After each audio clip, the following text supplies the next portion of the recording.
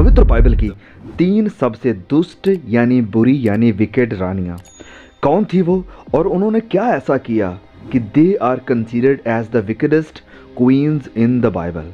Let's find out in this video.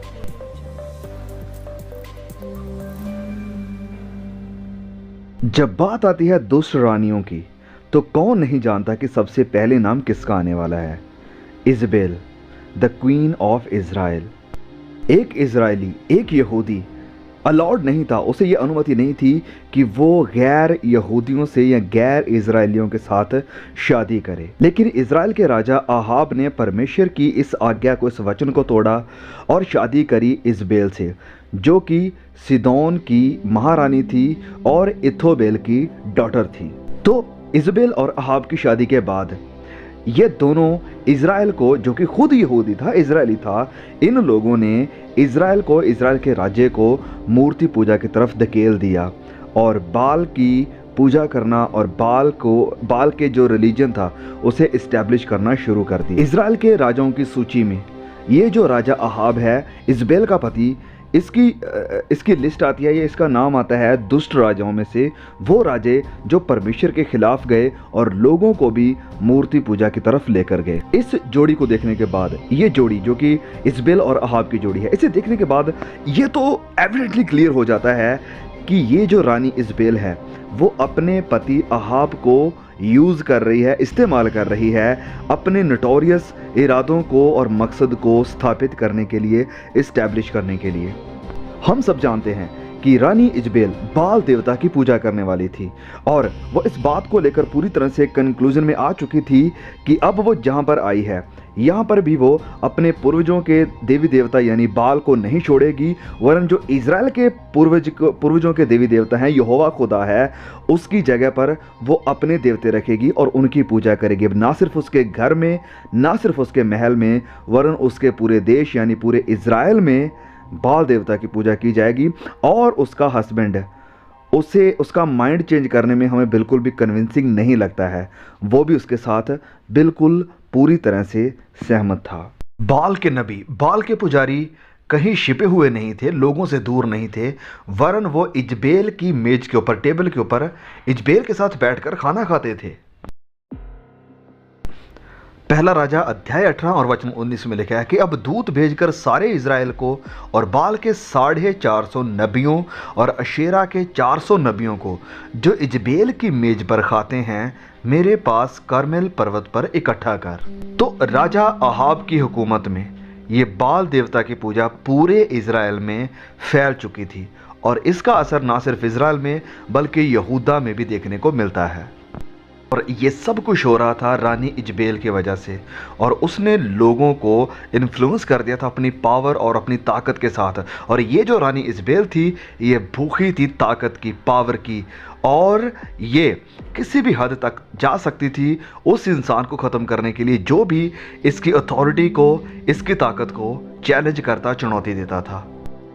रानी इज़बेल किसी authority के अधीन नहीं थी और किसी नियम के अधीन नहीं थी। उसके अपने नियम थे, उसकी अपनी अथॉरिटी थी, अपने आप को खुश करने के लिए और अपने देवता को लोगों तक पहुंचाने के लिए, फिर चाहे उसे किसी भी हद तक जाना पड़े।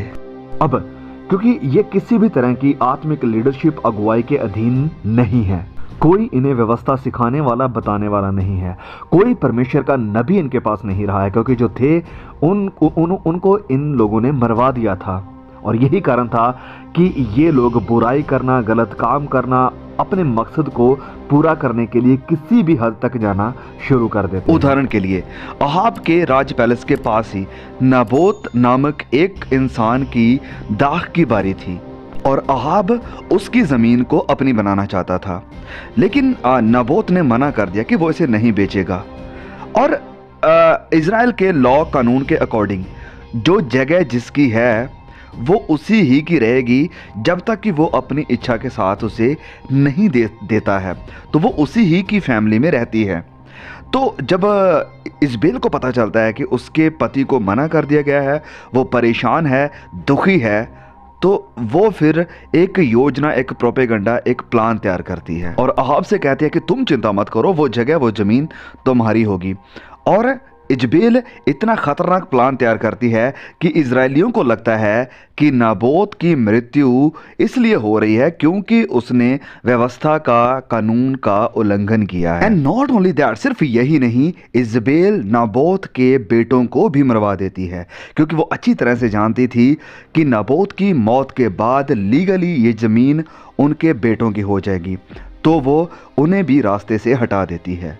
लेकिन ये इजबेल जो कि इतनी बुरी, इतनी दुष्ट, इतनी विकेट थी, तो क्या परमेश्वर ने इसका न्याय नहीं किया? इसका एंड क्या हुआ? परमेश्वर ने इसका न्याय किया। और सुनिए, इस सारी घटना के बाद जब नबोत उसके बेटों को मार दिया जाता है तो परमेश्वर अपने नबी एलिया को इसके पास यानी अहाब के महल में भेजता है और वो परमेश्वर की जजमेंट, न्याय, सज़ा इनको सुनाता है।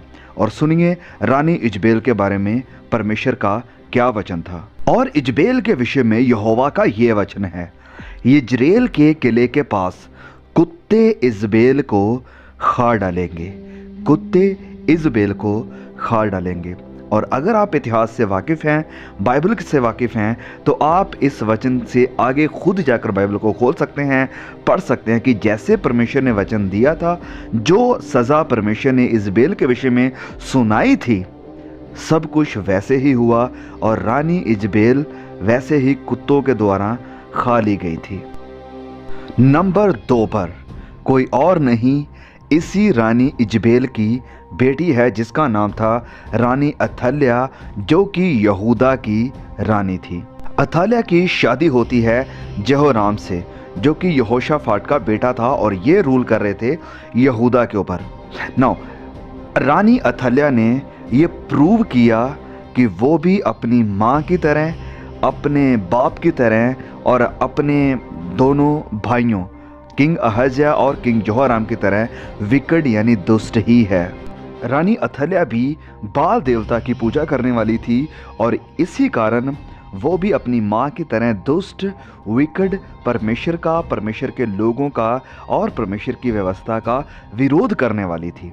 जेहोराम अथल्या के हस्बैंड की मृत्यु के बाद अथल्या का बेटा जिसका नाम है अहज्या, वो 22 साल की उम्र में इज़राइल यहूदा के ऊपर राज करने लगा। और राजा अहज्या ने ये साबित किया कि वो कोई अच्छा राजा नहीं है, वरन वो भी अपनी माँ अथल्या और अपने पिता जोहराम की तरह एक ईवल, दुष्ट और बुरा राजा ही निकला, जो कि अब यहूदा के ऊपर हुकूमत कर रहा है। और किंग अहज्या की बुराइयों, बुरी स्कीमों के पीछे उसकी माँ अथल्या का हाथ था। उसका पिता जो कि बुरा था, उसकी डेथ हो चुकी थी और अब उसकी माँ उसे गाइड कर रही थी, उसे इन्फ्लुएंस कर रही थी। तो इस सारी बुराई के बीच में, जिसमें कि अहाब और इजबेल की डायनेस्टी रूल कर रही है यहूदा और इज़राइल में, यहूदा में अथल्या का बेटा अहज्या रूल कर रहा है और इज़राइल में अहाब का बेटा जोराम रूल कर रहा है। तो इस बीच एलिया एक नए इज़राइल के ऊपर राज्य को अभिषेक करते हैं जिसका नाम था जेहू। और जब जेहू को पता चलता है कि यहूदा का राजा अथल्या का बेटा अहज्या जोराम से मिलने के लिए इज़राइल में आ रहा है, तो वो अपनी सेना को तैयार करता है और दोनों को एक बड़े घमासान में ख़त्म कर देता है। और जब अहज्या की माता अथल्या ने देखा कि उसका पुत्र, उसका बेटा मर गया, तब उसने पूरे राजवंश को नाश कर डाला, यानी पूरे यहूदा का जो राजवंश था उसे ख़त्म कर डाला। लेकिन यहोशेबा जो कि राजा जोराम की बेटी और राजा अहज्या की बहन थी, यानी कि इस रानी अथल्या की बेटी थी, उसने अहज्या के पुत्र यानी जो राजा था अहज्या के पुत्र योआश को घात होने वाले राजकुमारों के बीच में से चुराकर दाई समेत बिछौने रखने की कोठरी में छिपा दिया और उन्होंने उसे अथल्या से ऐसा छिपा रखा कि वह मारा ना गया। और वह उसके पास यहोवा के भवन में 6 सालों तक छिपा रहा और अथल्या देश पर राज करती रही। जब रानी अथल्या ने देखा कि उसका पति भी नहीं रहा, उसका बेटा भी नहीं रहा, तो उसने हुकूमत को खुद संभालना शुरू किया, यानी वो खुद राजगद्दी के ऊपर बैठ गई, राज करने लगी और इतनी क्रूरता से राज किया कि उसने अपने पोतों को भी मारना शुरू कर दिया था, इस विचार के साथ कि मैं पूरे यहूदा के जो राजवंश है उसे ख़त्म कर दूंगी। एंड वी कैन अंडरस्टैंड कि इसके पीछे किसका इन्फ्लुएंस था। यस, बिल्कुल शैतान का, क्योंकि वो जानता था कि यहूदा के साथ परमेश्वर का जो वायदा है उत्पत्ति से, मुझे उसे पूरे होना नहीं देना है, क्योंकि वो जानता था कि यहूदा ही से कोई आएगा जो उसका ख़त्म करने वाला होगा। लेकिन परमेश्वर ने इंतज़ाम किया और यहूदा के राजवंश में से एक राजकुमार को छिपा लिया गया। अब आप सभी ये सोच रहे होंगे कि रानी अथल्या के साथ क्या हुआ, उसका अंत कैसे हुआ। तो जैसे मैंने बताया कि रानी अथल्या के पोते यानी अहज्याह के बेटे योआश को उसकी बुआ, हम कह सकते हैं, मंदिर में छिपा कर ले गई थी और मंदिर में अब वो बढ़ रहा था। मंदिर का पुजारी था उस वक्त यहोयादा, और यहोयादा देखता है कि यही वो एक्चुअली रियल कैंडिडेट है जो कि राजा बनने के काबिल है, यानी योआश, अहज्याह का बेटा। तो वो योआश को अभिषिक्त कर देते हैं राजा होने के लिए। और उधर जब रानी अथल्या को ये पता चलता है तो वो इस मंदिर की तरफ दौड़ी चली आती है, ये कहते हुए कि राजद्रोह, धोखा हुआ है।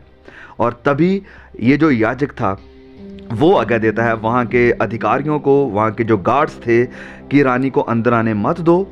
जब कोई भी उसके साथ आने की कोशिश करता है तो उन सबको ख़त्म कर दो। और वो रानी अथल्या को भी तलवार के साथ ख़त्म कर देते हैं। और फिर हुकूमत आती है अहज्याह के बेटे योआश के हाथों में, जो कि उस वक्त 7 साल का था।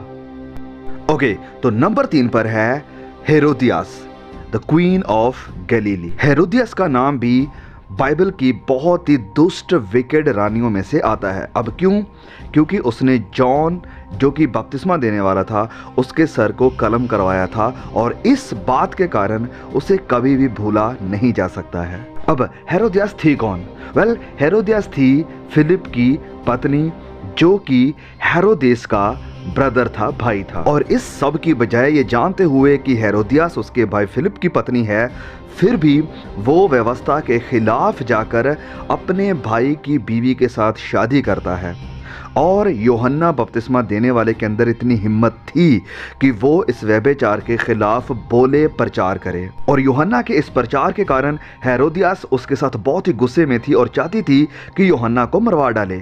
और इस बात के लिए उसने हेरोद अपने पति को परसुएड किया कि वो उसे पकड़ के जेल में डाल दे, और उसके पति हेरोदिस ने ऐसा किया भी। लेकिन इस सब की बजाय हेरोदिस हिचकिचाता था यूहन्ना को जेल में डालने के लिए। 2 कारण। सबसे पहले वो लोगों से डरता था, और दूसरी बात वो खुद भी मानता था कि यूहन्ना एक सच्चा परमेश्वर का नबी है। तो एक दिन आता है जब हेरोदिस अपना बर्थडे सेलिब्रेट कर रहा था, बड़ी पार्टी रखी थी, बहुत से गेस्ट आए हुए थे वहां पर, और इन सब के सामने हेरोदियास की बेटी डांस करती है, हेरोदिस को और सारे गेस्ट को खुश करती है। और इस बात से खुश होकर राजा हेरोदिस एक बड़ा प्रॉमिस उसके साथ करता है कि वो जो मांगेगी उसे वो मिल जाएगा। तो हेरोदियास की बेटी सलोमी, जिसका नाम है, वो भागकर अपनी मां के पास जाती है और उनसे पूछती है कि मां, मैं क्या मांगू। और अब हेरोदियास के पास बहुत ही खूबसूरत मौका था।